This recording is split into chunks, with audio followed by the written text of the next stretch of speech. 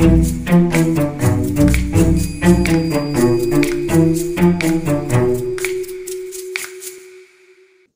atiradores, bem-vindos a mais um episódio do ChumboCast, o seu videocast de tiro de pressão. E hoje teremos aqui algo muito interessante, vários cabos de guerra. Olá, amigos do tiro de pressão, é isso daí, vamos ver que cabo de guerra que é esse. Olá, pessoal, Ivanilda com vocês. Adoro isso, começar a gravação em cabo de guerra. O que vem hoje, hein? Olá, pessoal, eu tô tentando entender o que é também. A hora que ele falou, eu, o quê? Mas ninguém faz a mínima ideia do que é. Não faz a mínima ideia do que seja um cabo de hoje guerra. Hoje a temática é surpresa. Então, o que é um cabo de guerra? Cabo de guerra é quando você tem dois times, né, que cada um pega um lado de uma mesma corda e puxam um para o lado de outro. Ou seja, é basicamente um debate físico, né? Quem tem mais força. E nós vamos fazer aqui 4 cabos de guerra sobre assuntos de tiro de pressão. E vai ser bem interessante para a gente ver aqui qual desses embates aqui, como é que vai funcionar isso aqui. Vamos lá, gente. E o primeiro cabo de guerra? Atiradores que não sabem versus atiradores que acham que sabem. Aí eu estou falando de tudo. Técnica, de equipamento, de posição de tiro, de teoria do tiro. Tem lá, o que é pior nesse caso? É um cabo de guerra que está disputando o que é pior. São os atiradores que não sabem, ele já chega e fala, não sei. Ou o atirador que acha que sabe. O que é pior, Romulo? Quem ganha esse cabo de guerra tão negativo? Olha, Charles, eu acho que é aquele que acha que sabe, bate o pé dizendo que ele sabe de tudo e, na verdade, ele não sabe de nada e acaba falando besteira, acaba fazendo besteira. Eu acho que esse é o que ganha esse cabo de guerra nesse sentido negativo. Leonardo. Eu concordo com o Rondon. O cara que não sabe fala que não sabe, maravilha, cara, é parte da vida. Quem sabe tudo? Ninguém sabe tudo, né? É engraçado que minha filha, às vezes ela acha que eu sei tudo, né? Então ela chega para mim e fala assim, papai, ó, descobri um dinossauro novo. Qual é o nome desse dinossauro? Eu viro pro professor, não faço ideia, filha, nós vamos ter que pesquisar. Vamos tentar descobrir o nome desse dinossauro.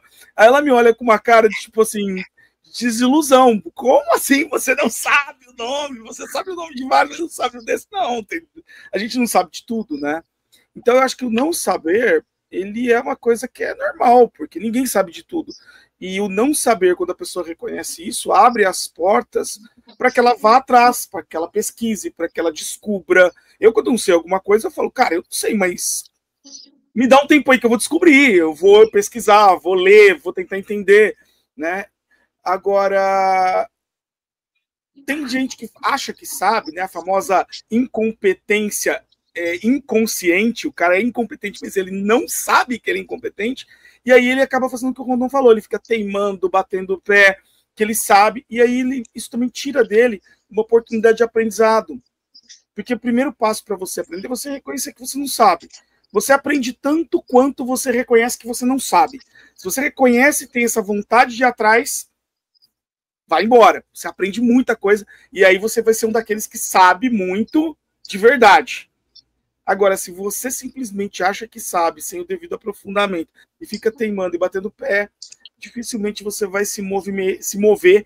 E se você ainda for um difusor de informações, eu não vou nem dizer de conhecimento, porque conhecimento pressupõe que o cara tem um embasamento, mas se você for um difusor de informações, você ainda corre o risco de contaminar todo o seu entorno, todas aquelas pessoas que te acompanham com informações de má qualidade, que vão transformar muitas pessoas em pessoas com incompetência inconsciente, ou seja, pessoas que acham que sabem, mas na verdade não sabem. Então, eu acho que sem dúvida, o cara que acha que sabe, mas não sabe, ele é muito pior do que o cara que não sabe e reconhece isso. Amiga, por que então Então, ó, pra você ver, a opinião, lógico, a opinião do Rondon e do Leonardo é compartilhada por mim e por você, até porque é lógico isso. É fato que o cara que não sabe está aberto para aprender e o cara que acha que sabe está fechado. Por que no tiro de pressão, então, tanta gente opta por achar que sabe?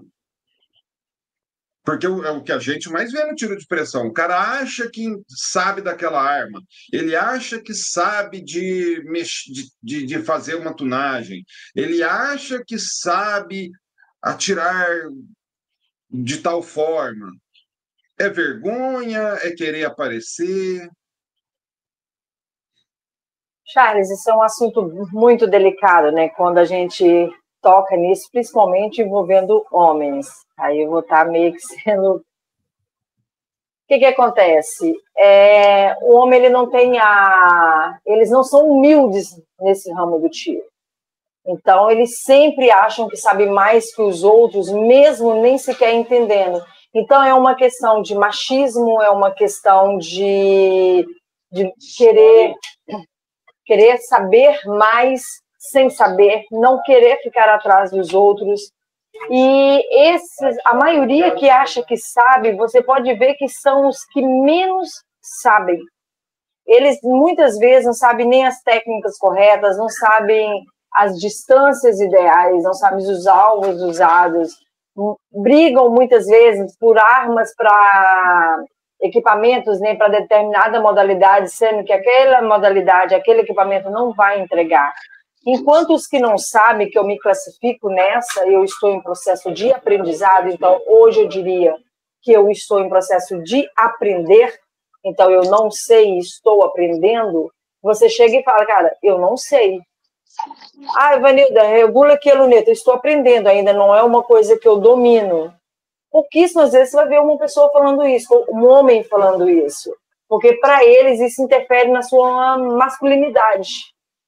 Chegar no local em que tem lá 15, 20 homens para poder competir e virar e falar, olha, eu não sei atirar com essa arma, ou eu não sei mexer numa custom, ou eu não sei fazer isso, eles não vão admitir, eles vão falando que sabe, aí a gente vê um monte de coisas, assim, você fala, cara, que absurdo isso acontecer. Isso é muita coisa de machismo, meu ponto de vista como mulher. Muita coisa, às vezes, assim, machismo. Eu diria que 70% dos homens são assim. Eles preferem falar que sabe algo que não sabe para não se sentir diminuído, não se sentir humilhado, não se sentir menos macho de falar, olha, eu não sei fazer isso. E já é o oposto. Normalmente, as mulheres já chegam falando que não sabem e aprendem muito mais rápido do que os que acham que sabem, porque elas não sabendo, elas vão correr atrás de conhecimento, vão correr atrás de pessoas, vão correr atrás de ajuda tete a tete. Não de ajuda pela internet, que você busca ajuda ali, né, para poder aprender. Não, eu chegar no Léo e falar, Léo, eu não sei, cara, me ajuda aqui. Eu, Rondon, não sei mexer com luneta, cara, eu preciso da sua ajuda, que foi o que eu fiz há um tempo atrás. Quando eu chegar em você, Charles, eu nunca tirei com essa arma, me ensina. Entendeu? É você falar que não sabe e aprender. Então, essa é a diferença de quem acha que sabe. Ele não busca o conhecimento tete a tete. Quem não sabe, corre atrás e busca. Puro machismo. Agora você é condenada e crucificada, né? Mas uma opinião feminina. Controversa essa opinião da Ivanilda. O que você acha? Alice, eu concordo com a Ivanilda, porque nós homens, nós temos mais testosterona do que as mulheres. E a testosterona é o hormônio que nos faz ser muito competitivos. Então, essa competição é em tudo. E não se quer ficar para trás. E não querendo ficar para trás, quando tem um assunto em uma conversa em local qualquer, você acaba querendo ter o controle ali, estar na frente do assunto na hora que está discorrendo.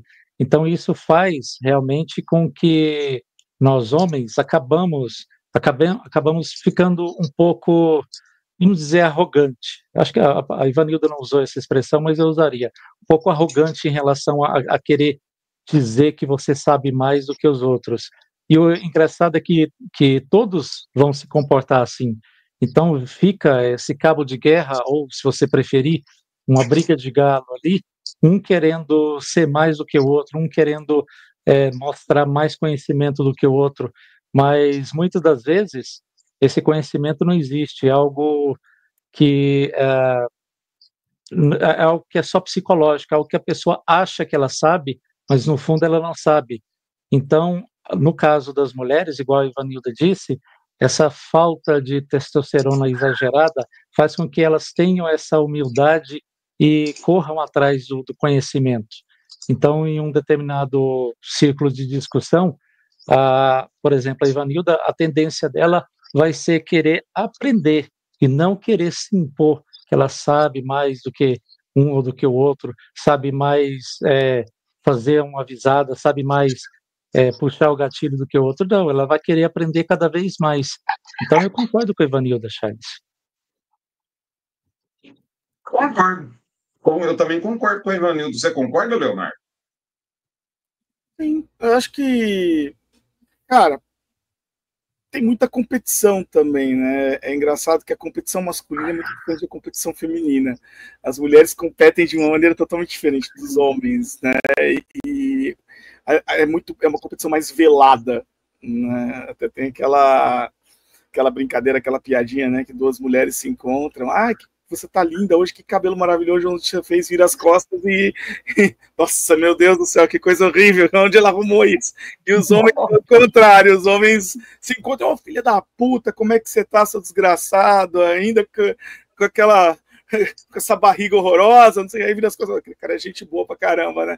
Então a competição do homem é mais explícita que a competição da mulher, então que possa sim ter um componente que atrapalhe, né? Que é mais difícil o homem querer se posicionar de uma forma menos competitiva no parâmetro do visual, né? Então, sim. Ô, Charles, eu fujo dessa regra, mas dizem muito, né, que normalmente uma mulher se arruma para outra mulher e não para o homem, para poder ver qual chegou mais bonita. Há muito tempo eu ouço isso aí. Eu acho que eu nunca pegaria uma medalha nisso. É tênis, calça jeans e pronto. Até porque nós homens raramente reparamos nessas coisas. Hoje você ainda já usa tênis, né? Antigamente você atirava descalço. Antigamente era descalço, chinela havaiana, estou melhorando. Vamos lá. Segundo cabo de guerra, e essa a gente vai começar aqui com o Leonardo. O cabo de guerra é entre o prefiro mandar para o armeiro de um lado e do outro lado eu mesmo faço. Quando a gente fala de alguma manutenção, ou alguma tunagem, ou algum ajuste da arma. Charles, aí é muito difícil, né, cara? Porque depende muito do quanto que a pessoa tá habilitada a fazer. Eu não mando arma para armeiro. Considere o atirador médio, vai. Porque assim, eu não mando arma para armeiro. E eu acho que tem várias manutenções básicas. É você o armeiro? Aí é fácil, você não pode se tomar como parâmetro. Então. Mas eu penso o seguinte, Charles. Tem atiradores que têm o conhecimento básico, entendeu? Para fazer manutenções de rotina. Tem atiradores que não. Aí eu acho que tem um pouco a ver também com aquela nossa primeira pergunta. Acho que o seu primeiro cabo de guerra ajuda a responder o segundo. Tá? Você entendeu. Está tudo ajuda a responder o segundo. Porque é o seguinte, se você tem conhecimento suficiente para aquela manutenção, não vejo problema nenhum, entendeu? Não vejo que seja ruim você mesmo fazer sua manutenção. Você economiza um dinheiro e tudo mais. Então, por exemplo, a maioria das manutenções de rotina das armas, Charles, eu não acho que são nenhum bicho de sete cabeças. Quando alguém me pergunta, é difícil trocar uma bucha? Cara, trocar uma bucha numa arma normal, se tiver o ferramental, não tem problema nenhum. Troque, não tem problema, é fácil. É difícil trocar vedação numa arma normal? Cara, na maioria das PCPs não é difícil trocar as vedações. Fica difícil se você tem o PCPs mais complexas, né? Tem algumas PCPs que realmente são mais desafiadoras. Tipo, as FX são armas mais complexas, mais melindrosas. Mas, cara, tem muita arma que, cara, você troca as vedações fácil, entendeu? Então, dá para fazer um tratamento de rotina, o pessoal faz sossegado, entendeu? Então, eu penso que se a pessoa tem conhecimento básico para fazer aquela manutenção que ela se propõe, não vejo problema dela mesma fazer. Mas não tenho conhecimento. ou quero atingir um nível de performance que eu não domino as técnicas para atingir. Aí manda para um armeiro. Aí você manda para um armeiro que ele com certeza vai fazer o trabalho melhor. Em termos gerais, Leonardo, em termos gerais. Charles, eu acho que depende muito do ferramental. Vou te falar, por exemplo, em termos gerais, vamos pensar em 90% dos atiradores. 90% dos atiradores não são atiradores de competição. Tá? E 90% dos atiradores, eu acho que até mais que 90%, tá? Estou chutando esse número 90% para mostrar, para dar magnitude, mas cara, é um número enorme. A maioria não é atirador de competição, não precisa de performance extrema. A maioria é atirador de rotina, cuja maior parte das manutenções das armas vão ser manutenções de rotina. Trocar uma bucha, trocar um gás ram quando estoura, trocar uma mola quando cansa, tá? Se você tem a ferramenta, cara, eu acho que a maioria dos atiradores conseguiria fazer, tendo a ferramenta. Por isso que eu acho que é uma questão de ter o ferramental. Agora, o que eu acho que é um problema é o cara que não tem a ferramenta e não tem o conhecimento. Aí esse cara vai se dar mal. E muitas vezes o que acontece também, Charles, é que nós temos duas categorias. A gente tem que separar as manutenções de rotina das manutenções em armas de alta performance, das modificações. Modificação é uma coisa complexa. Modificação não é qualquer um que faz. Precisa ter muito conhecimento. Aí eu concordo com você que a maioria dos atiradores não tem. Tá? A maioria dos atiradores estraga a arma quando está tentando fazer modificação. Modificação é coisa para pouco. Entendeu? Agora, manutenção... Rondon, o que você acha? Você que tem um monte.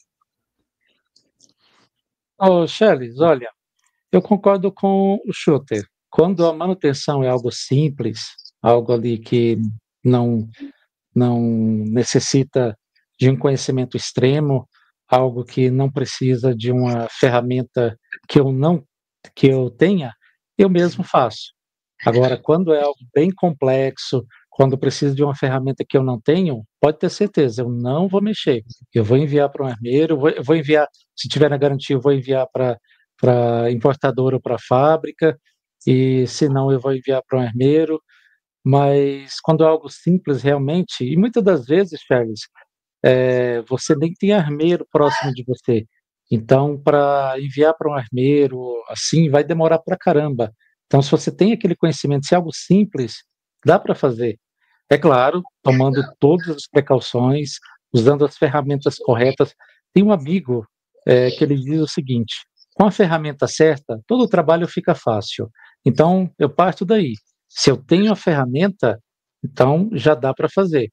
Mas se eu tenho a ferramenta e não tenho o conhecimento, não vai adiantar. Eu não vou conseguir fazer.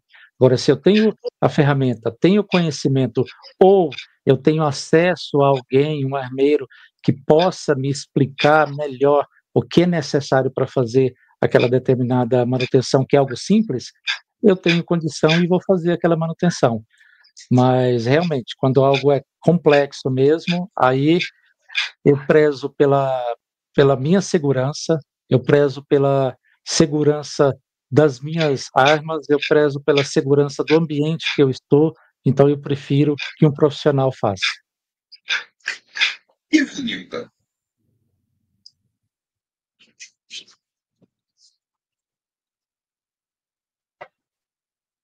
Oi, Charles.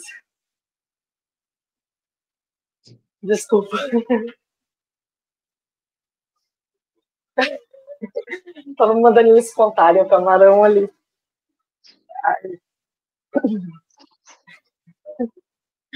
Peraí, voltei. Você vai cortar. Para que você vai cortar.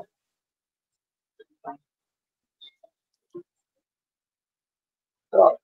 Você vai cortar, viu? Vamos lá. Eu não mexo em carabina e você sabe. Para de ficar olhando os três para mim. A cara dos três me olhando. Então, assim, eu acho que você saber mexer num equipamento é muito importante. Por quê? Como o Rondon falou, se você não tem armeiros próximos, se você não tem como mandar, ou se você não tem acesso, então você tem que saber o mínimo possível para poder estar resolvendo coisas simples, básicas, uma bucha, um pequeno vazamento de ourinho, coisa assim. Agora, se você não tem nenhum armeiro próximo, mas não tem o conhecimento, eu acho muito arriscado você estar mexendo no seu equipamento. Tem muita gente que mexe, que vai fuçando, vai perdendo e vai perdendo equipamento, estragando, bota no balde e manda. A gente ouviu isso várias vezes, né? Eu hoje penso, tem algumas coisas que eu já estou começando a fazer, mas anos de convivência, vendo, entendendo e alguém específico sempre me mostrando a mesma coisa. Pequeno detalhe, nós temos um colega atirador, que é o Fernando Jordão. Com ele eu estou aprendendo a fazer umas coisinhas bem básicas, que ele vem me falando, Ivanilda, isso aqui é muito simples, olha isso e tal. Então, assim, não é uma coisa que você pode simplesmente olhar um tutorial e sair mexendo.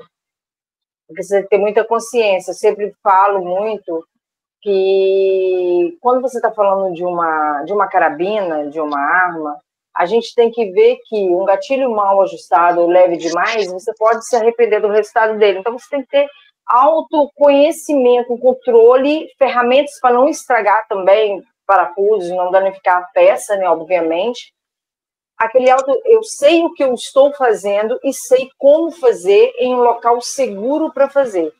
Tem muita gente que acha que sabe e vai mexendo, dá essas confusões que a gente vê, já cansamos de ver aí ao longo desse tempo que eu participo do canal, de depois desistir de tudo, bota numa sacola, manda para o armeiro, fala, se vira, perdeu alguma peça, resolve para mim, e vai pagar por aquilo, você vai pagar 2 vezes por algo.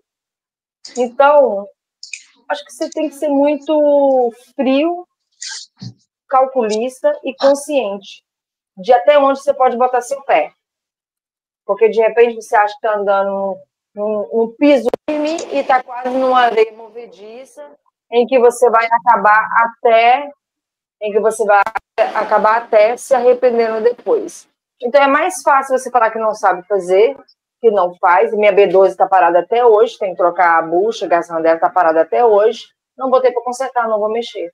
Hoje eu mexo em outras coisas voltadas para o PCP, que algumas coisinhas ali eu estou fazendo, e somente consciência do que você é capaz. Primeiro que você tem que fazer, eu sou capaz? Então, vai. Se você tiver dúvida, não vai. Em casa. Tudo manda para o armeiro. Não tenho tempo, não tenho paciência, não tenho ferramenta, não tenho conhecimento, não tenho a paciência. Mas, para quem tem essas coisas, beleza. Vamos lá. Evanilda, existe um conceito, quando a gente fala de tecnologia em produtos de consumo, que se chama Early Adopter. O que é o Early Adopter, Leonardo?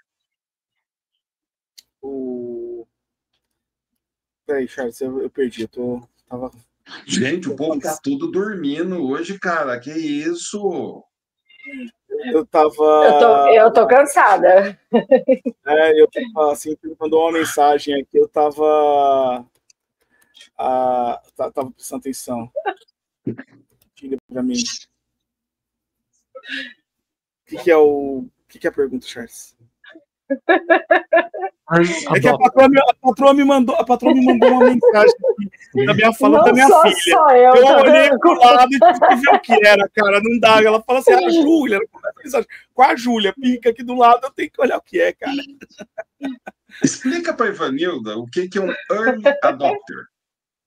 É aqueles que adotam alguma coisa primeiro. São aquelas pessoas que são os primeiros compradores de um determinado produto. Entusiasta. Então, Ivanildo, entusiasta. É aquele que quando lança já vai lá e compra. São os primeiros no compradores. Embate, no cabo de guerra entre Early Adopters, aqueles que quando saiu uma carabina nova, saiu uma marca nova, saiu um modelo novo, saiu um chumbo novo, eles vão lá de cara e compram, abraçam a novidade, ou aqueles tradicionalistas, do tipo, eu ainda prefiro carabina com bloco de aço. Chumbo, para mim, é aquele chumbo pardal que tem tradição de 50 anos. E aí, Vanilda, nesse embate, quem que leva vantagem? Os atiradores que abraçam as novas tecnologias, mesmo sabendo que pode ser que não dê tão bem, ou aqueles atiradores que estão lá presos no passado? Ô, Charles, eu vou te falar que os que levam vantagem são aqueles que esperam um pouco, que não fica no passado, vivendo dele, sabe, tá, beleza. e nem a modernidade. Não, sim, mas não, deixa... A gente está falando dos extremos. O meio a gente já sabe que é o melhor caminho. Mas e os então, temos dois lá. Temos o Zezinho, que ele lançou, ele já está abraçando, e temos o seu Zé, que ainda está lá na Rocinha 3. Então, aí vamos lá, continuando. O certo é você aguardar. Só que existe aquela extremidade de quem quer acompanhar e tem condições de acompanhar a modernidade, independente se vai dar certo ou não, se foi boa ou não. Então, depende muito do poder aquisitivo dele arriscar. E tem aqueles outros que têm a vantagem deles manter na mesma, porque eles não vão atirar para competição, eles não vão a campeonato, eles não vão a torneio, atiram somente por lazer. Então, aquela carabina com aquele chumbo de latinha que vem no potinho de tic-tac, para eles aquilo ali já está bom, porque aquilo ali já é bom para eles. Porque eles vão atirar no mourão, eles vão atirar numa lata de cerveja, eles vão atirar num sítio a 20 metros e vão vibrar por aquilo, a 50 metros vão vibrar por aquilo, e assim vai. Para eles isso é bom, porque eles não estão acompanhando um mundo que é diferente. Existem dois mundos, no meu ponto de vista, de quem realmente está focado em torneios, campeonatos, em gincanas e tudo mais, e de quem só atira, como meu pai e meu irmão, só atiram ali, lá na que a gente chama, né, no sítio deles lá, só atira naquelas coisinhas ali, então aquilo ali tá bom demais para eles. Quem pode acompanhar a modernidade, o que vai acontecer? Eles vão estar sempre à frente de quem vai esperar um review, de quem vai esperar uns comentários, eles podem estar à frente deles. À frente deles em que sentido? Um passo a mais, porque se aquele equipamento for bom, então, e realmente entregar o que o fabricante está prometendo, então eles vão estar sempre um passo a mais e podendo estar um passo mais próximo de uma colocação melhor. Então, é um ponto de vista muito que não dá para poder julgar qual é melhor. O que vai para mim é a aplicação. É o que muitas pessoas não levam em consideração, a aplicação. Não adianta eu querer pegar algo que não dá para poder aplicar ali e querer aplicar. Vou pegar uma P35X e vou atirar nela lá a 15 metros para derrubar a latinha, só porque ela é um lançamento, sendo que eu não uso para mais nada além disso, não justifica. Então, cada um, na sua aplicação, leva a sua vantagem. O que não pode é fazer isso aqui. Quem atira numa latinha a 15 metros ou no mourão, querer atirar com uma P35X, e quem está lá tentando ganhar posições, medalhas e tudo, e achar que vai chegar lá com uma carabina de entrada que o pessoal às vezes está forçando para que ela entre no mercado a qualquer preço, vai te entregar uma precisão no papel 10 metros e você vai pegar um primeiro lugar. Então, assim, leva vantagem quem tenha consciência de que, para a aplicação dele, seja aqui ou aqui, ele comprou o equipamento certo, ele defendeu o seu ponto de vista. Eu fico no meio, eu prefiro aguardar, não ficar para trás, porque senão nunca vou conseguir estar acompanhando quem está tendo resultado, mas também não pegar o primeiro logo ali de cara, sem conhecer, sem já ter passado por alguém que tem experiência e tem alguma informação, porque senão eu vou estar perdendo tempo e dinheiro, sendo que depois eu vou me arrepender. Rondon, você que é um colecionador de carabinas. Charles, olha, nesse ponto aí, entre os early adopters e o pessoal que é mais conservador, eu acho que ganha quem é mais conservador. Isso eu estou olhando por mim, tá? Essa é a minha opinião pessoal. Porque quando você é conservador, você acaba... Não é que isso é 100%, mas você acaba não perdendo dinheiro, você acaba não investindo em algo que você vai se frustrar lá na frente. E Luiz, nesse ponto eu vejo que os early adopters acabam entrando de cabeça em um equipamento, em um acessório, ou seja lá o que, muito rapidamente, e a maior tendência que eu já vi é de se frustrar, é de chegar à conclusão de que jogou dinheiro fora. Surgiram, ou melhor, entraram marcas novas no Brasil aí há pouco tempo, e algumas dessas marcas acabaram sendo uma decepção. Não em tudo, mas em alguns equipamentos acabaram sendo decepção. E nisso daí eu vi muitas pessoas que adquiriram equipamentos dessa marca, fizeram review, fizeram de tudo e venderam o equipamento depois, fizeram ação entre amigos para se desfazer desses equipamentos. Então isso prova que ser muito early adopter acaba dando com os burros na água, acaba fazendo besteira e gastando dinheiro com algo que realmente não vale a pena.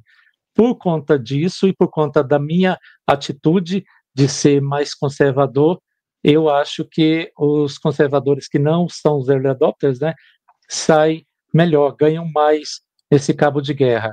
Eu mesmo quase já adquiri alguns equipamentos que foram lançados, pelo preço está muito baixo, mas me segurei e não me arrependi. Me saí muito bem em não ter gastado dinheiro rapidamente com aqueles equipamentos. Então, é isso daí. Os conservadores ganham esse cabo de guerra, Charles. Eu concordo com, assim, tendo a concordar com você. Eu tendo a ser um early adopter e eu tendo a concordar com você que quem é mais conservador ganha. Porque eu já quebrei a cara algumas vezes sendo um early adopter. Assim, abraçando alguns lançamentos e você descobre que não é tudo aquilo. Mas também o cara que é totalmente conservador perde algumas coisas interessantes que ele vai esperar ficar velha para poder usar. Complicado. Leonardo, você tende a ser um early adopter também, né? Sim, Charles, eu normalmente testo tudo que é novo. É uma questão assim, vamos pensar em competição, né? Você não consegue ser campeão da Fórmula 1 usando um carro de 1970. Entendeu? Então, quem trabalha com competição está mais disposto a correr risco de experimentar novidades, experimentar novas estratégias, né, novas abordagens. Então, a gente está sempre procurando algo mais eficaz, está sempre testando coisas novas. É óbvio que para uma prova a gente leva aquele equipamento que está mais confiável, que a gente sabe que vai garantir o resultado. Mas a gente está sempre pegando uma arma aí para ver se o ano que vem não pode ser uma boa opção, entendeu? Sempre dando aquela sondada. É lógico que é uma coisa feita com critério, né, Charles? A gente não simplesmente compra sem critério nenhum, testa sem critério nenhum. A gente tem critério para avaliar, ver se aquilo faz sentido, se é uma coisa que realmente tem potencial, e a gente testa. A gente testa as possibilidades. Que nem eu vejo muita gente às vezes me pergunta, por que slug? Por que slug, né? Essa é uma discussão que o pessoal fala, por que você nunca testou slug? Eu falo, filho, eu testei slug faz uns 6, 7 anos. Tipo assim, não é de ontem. Essa modinha que vocês estão embarcando aqui, cara, eu já testei lá atrás, muito lá atrás. Né? Esses dias para trás tem uma pessoa que veio conversar comigo, não é porque você nunca testou uma prensa automática, velho, eu tinha uma prensa pneumática para fazer, entendeu? Não era nem dessas prensas que o pessoal usa, que é força animal, eu brinco, prensa de tração animal, né? Você que tem que fazer a força, não, eu tinha uma prensa pneumática, que fazia tudo sozinha, ela não era semi-automática, ela fazia tudo sozinha, literalmente automática, tá? Então, a gente sempre está testando, procurando alternativas, procurando possibilidades que nos atendam para atingir uma performance superior. E eu acho que se você for muito conservador, você acaba sendo sempre aquela pessoa que vai estar correndo atrás, que sempre vai estar buscando quem está lá no primeiro lugar, quem está lá na frente, né? Então, às vezes você tem que sair de dentro da zona de conforto, de dentro da caixinha, e realmente buscar possibilidades que te possibilitem um resultado superior. E aí, a única coisa que vai te trazer isso é essa experimentação, essa possibilidade de testar o novo, de experimentar o novo. O velho, muitas vezes ele acaba não servindo tanto pra gente, entendeu? Eu vou te dar um exemplo, Charles. Se a gente fosse todo mundo ficar preso no velho, todo mundo estaria tirando de FEM 300 ainda no WRBF, né? Todo mundo estaria tirando de AT44. E hoje você bota uma T44 para disputar uma prova de WRBF, não faz nada. Lá atrás era uma arma competitiva. Hoje, você não consegue nem ficar entre os 10 primeiros. Entendeu? Com uma T-44 é muito difícil. Não é que a arma ficou ruim. Não, é que a evolução não para, cara. É que nem um carro de Fórmula 1. A McLaren do Senna lá, aquela McLaren Honda, foi a maior McLaren de todos os tempos. Foi talvez o maior carro da história da Fórmula 1. Mas hoje, se botar um carro desse para competir com um desses carros modernos, vai tomar um belo de um pau. Entendeu? Então é isso. Você tem que estar sempre na vanguarda. Então, eu particularmente acho que em certas situações, estar na vanguarda, sim, traz vantagem, te faz ganhar o cabo de guerra. Último embate desse programa, e eu já deixei por último, porque esse aqui vai ser interessante. E esse aqui, eu quero começar justamente com o Leonardo. Tiro de pressão, esporte, tiro de pressão, recreação. Tem gente que acha que tiro de pressão é esporte. Encara como esporte, pratica como esporte. E tem gente que encara como recreação, pratica como sendo recreação e encara como sendo recreação. E aí, quem ganha, Leonardo? Quem pratica o melhor tiro de pressão? O cara que pratica como esporte ou o cara que pratica como recreação? Charles, eu acho que isso aí é um empate, sendo bem sincero. Porque depende do objetivo da pessoa, entendeu? O cara que pratica como esporte é o meu caso. Eu me encontrei no tiro de pressão como esporte porque eu entendo que ele tem componentes, ele tem coisas do tiro de pressão como esporte que me enriquecem como pessoa. Tá? E eu acho que esse é um dos elementos chaves do esporte também. Se você me perguntar se é fácil para mim me entreter com o tiro, cara, curiosamente não. Eu não sou um cara que tem um entretenimento muito fácil com o tiro. Por exemplo, se eu fugir muito do padrãozão do esporte, do tiro, você já deve ter reparado nisso, né? É difícil para mim me divertir com o tiro. Eu me divirto muito com outras coisas, que eu levo menos a sério. Porque tem essa também, quando você vai para o lado de um esporte de alto desempenho, você começa a levar a coisa muito a sério. E aí deixa de ser diversão. Entendeu? Você não consegue mais carregar aquilo como diversão. Aconteceu isso comigo com a fotografia. Quando eu me profissionalizei na fotografia, deixou de ser diversão. E até hoje eu não consigo mais me divertir com fotografia, igual você se diverte, por exemplo. Você se diverte com fotografia. Eu não consigo mais. Eu me divertia muito com fotografia, transformei em profissão, virou aquela coisa metódica, e quando eu abandonei a fotografia como profissão, eu também não consegui mais retornar para ela como diversão. Então eu acho que tem uma fronteira aí que às vezes muda. Então o tiro para mim também, quando ele se tornou um esporte, onde eu comecei a tratar de forma metódica, disciplinada, eu não consigo mais voltar para ele como diversão, entendeu? Eu não consigo me pegar, por exemplo, atirando em latinha e me divertindo. Eu tenho bastante dificuldade com isso. E você sabe, você já me viu nessa situação, Charles. Você sabe que para mim não é uma coisa que eu consigo assim. Eu até me divirto, dou uns 10 tirinhos me divertindo, depois canso e vou fazer outra coisa. Entendeu? Mas eu acho que quem se diverte também não está num patamar inferior. Essa também é uma coisa que eu vejo que muita gente faz, né? O atleta do tiro trata o cara que se diverte com o tiro como alguém inferior, entre aspas. Também não acho isso. Eu acho que a diversão tem um valor muito forte, e a única diferença é que o cara que trata como esporte realmente de alto desempenho, ele vai mergulhar na minúcia e ele se torna até chato com o negócio do tiro. Enquanto o cara que está se divertindo, ele trata de maneira mais descontraída. Ah, cara, eu quero acertar, mas também, cara, não tem esse compromisso de, sabe, de gastar 10 mil num apoio para acertar, entendeu? Eu não estou nesse compromisso de gastar horas selecionando um chumbo para acertar. Eu estou brincando. Eu estou me divertindo com isso. No momento que isso começar a se tornar chato, isso perde o efeito para mim, que sou uma pessoa que estou me divertindo com aquilo. E eu acho que a diversão também tem um valor muito forte. Eu acredito, Charles, honestamente, que a maioria esmagadora das pessoas atira por diversão, não é por esporte. Entendeu? Eu, particularmente, acredito que a maioria atira por diversão. E não vejo um vencedor nesse cabo de guerra, Charles. Eu acho que os dois lados são válidos. E se você se achou como esportista, aproveite o tiro como esportista. Se você achou o tiro como diversão, aproveite o tiro como diversão. E esse cabo de guerra, para mim, é um empate. Ivanilda, você que está aí se dedicando mais sério a competições não oficiais, mas mesmo assim competições. E aí, como é que você vê isso aqui? Cara, chega a ser difícil falar.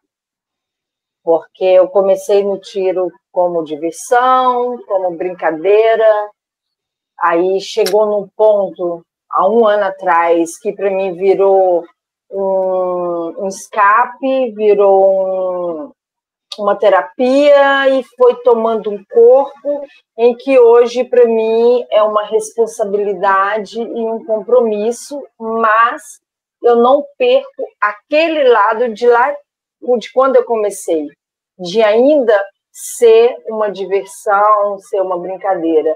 Então, assim, é muito difícil.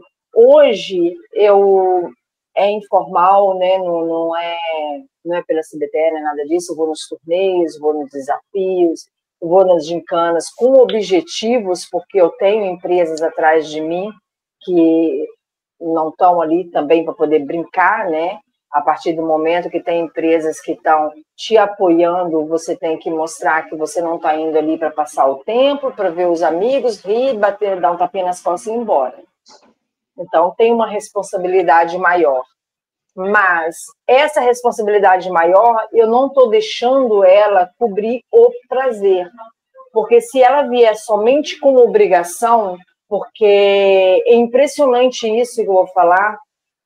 Olha só, Léo, toda vez que eu fui com a pressão de pegar um resultado bom, eu não peguei. Toda vez que eu fui com a leveza de que eu estou aqui para fazer o melhor para mim mesmo, a competição interna, eu peguei excelentes resultados, como esse último agora, que eu peguei um segundo e um terceiro lugar, que eu fiquei, assim, simplesmente impressionada. Eu me assustei quando eu cheguei naquele resultado. Então, eu acho que o tiro por diversão, ele tem a sua colocação, ele tem o seu valor. Esse é o cabo de guerra que os dois vão se aproximando do nó da corda, na linha do chão, em que um fica de frente para o outro, se dão as mãos e fala: vamos dar um empate técnico. Porque é uma junção. O tiro, ele tem que ser levado com a responsabilidade para quem compete, para quem está na CBTE, para quem compete um regional, para quem quer ir para uma Olimpíada. É muito sério, mas ele tem que ser leve. Da mesma forma que quem só atira por diversão, pela brincadeira, pela leveza toda, ele tem que ter uma seriedade, que é a responsabilidade do que você está fazendo. Com leveza, ele pode causar qualquer coisa que você vai se arrepender. Então, é a responsabilidade, a leveza e o compromisso, um triângulo que eu acho que ele tem que ser levado. Para mim, como o Léo falou, é um empate técnico. Você tem que atirar com compromisso, no meu caso, buscando, se não resultados bons, pelo menos para poder passar para os meus apoiadores o que eu estou pegando, o que eu estou entendendo daquele equipamento, as melhorias que podem ser feitas, mas também com a mesma leveza de que estou ali atirando, para poder fazer com que o esporte, fazer com que o tiro esteja sempre em evidência e não morra com tudo que o país faz contra ele, né, no geral, assim, que a gente não pode deixar de falar. Então, remando em busca de que o tiro sempre, o esporte sempre esteja em evidência. Então, um empate técnico aí. Rondon Gomes. Alice, para mim, eu nunca diferenciei o esporte da diversão. Então, falando do meu ponto de vista, né, os dois são a mesma coisa. Eu gosto de atirar, eu acredito lá desde meus 7, 8 anos de idade, tirar de pressão. E gosto de atirar até hoje. E participo, sim, de campeonatos, participo de provas, mas sempre tendo aquilo como uma diversão, não algo profissional, não algo que realmente está me cobrando ali. A única cobrança que acontece sempre que eu estou atirando é a cobrança de mim comigo mesmo, para eu estar cada vez melhor em relação ao que eu estava antes. Às vezes a gente consegue, às vezes não, mas eu acho que essa cobrança vem de mim para mim mesmo. Sendo assim, para mim, esse cabo de guerra vence do lado da diversão, Porque eu também vejo, o esporte em si é uma forma de entretenimento. Se é entretenimento, é diversão. Então, o resumo da ópera é diversão, no final das contas. Para mim, ganha a diversão. Concordo com vocês três. Eu acho que realmente, enquanto entretenimento, enquanto diversão, enquanto recreação, não deixa de ser esporte. Muito bem colocado, Rondon. Concordo que enquanto esporte, o peso da responsabilidade tira um pouco da recreação, concordo com a Ivanilda. E eu acho que o problema, cara, o grande problema é quando se confunde os dois, quando se inverte os papéis. Quando o atirador que se propõe praticar o esporte, vamos dizer assim, mais puramente o esporte, ele leva aquilo como se fosse recreação. Esse cara não vai ter sucesso no esporte, porque ele não vai ter a disciplina necessária, ele não vai ter o comprometimento necessário. Ele vai ser um atleta medíocre. Ou quando o cara está praticando por recreação e ele quer adotar as práticas do atleta. Ele vai ser um atirador recreativo chato. É aquele cara que, meu equipamento tem que ser profissional, meu chumbo profissional, minha cueca profissional, tudo é profissional e ele atira por recreação. Ele vai ser aquele cara chato. Aquele cara que você fala, putz, meu, não tô, nossa, mas vocês não estão usando a tal. O Leonardo já foi mais assim, o Leonardo melhorou muito. No começo, quando eu conheci o Leonardo, você era chato pra cacete. Você continua chato, Leonardo, mas você diminuiu. Mas eu penso por esse lado. Não pode inverter as bolas, porque se inverter as bolas, não dá muito certo. Não dá muito certo.